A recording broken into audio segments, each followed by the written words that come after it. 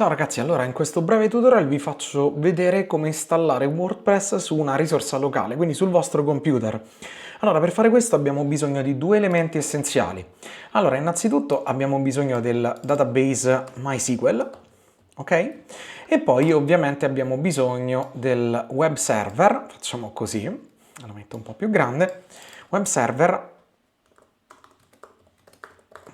Apache. Ok, allora la cosa un po' più importante è cercare di capire che effettivamente come funziona. Allora, per poter funzionare, WordPress ha bisogno di poggiarsi su questo motore, quindi il web server. Che cosa è un web server? È praticamente una struttura capace di poter ricevere delle request ed emettere delle response, ok? Significa che in pratica riesce a ricevere delle richieste ed emettere dei responsi rispetto ad ogni richiesta che gli viene fornita. Quindi cosa succede? WordPress, ok, lo installeremo all'interno, quindi riusciremo a farlo girare, tra virgolette, su questo web server che si chiama Apache. E quindi che cosa succede? Idealmente, ok, tramite il nostro browser, quindi questo qui browser del signor Pino, ok, andrà ad interfacciarsi direttamente con il web server e quindi con WordPress tramite Apache, ok?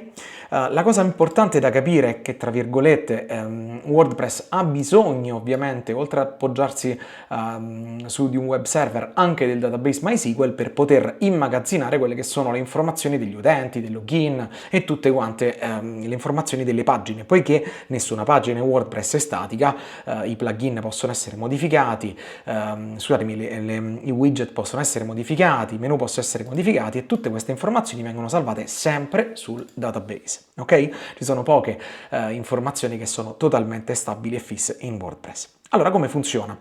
Diciamo che la cosa buona, tra virgolette, è che di tutta questa infrastruttura, ok, esiste un pacchetto di rilascio estremamente comodo per noi ed effettivamente questo si chiama XAMPP.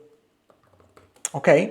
Praticamente che cosa è? È una struttura che coinvolge, che comunque sia integra entrambe le tecnologie in un unico eseguibile di un'installazione. Vediamo adesso come si installa XAMPP, dove lo possiamo trovare e soprattutto poi come si installa WordPress. Ok?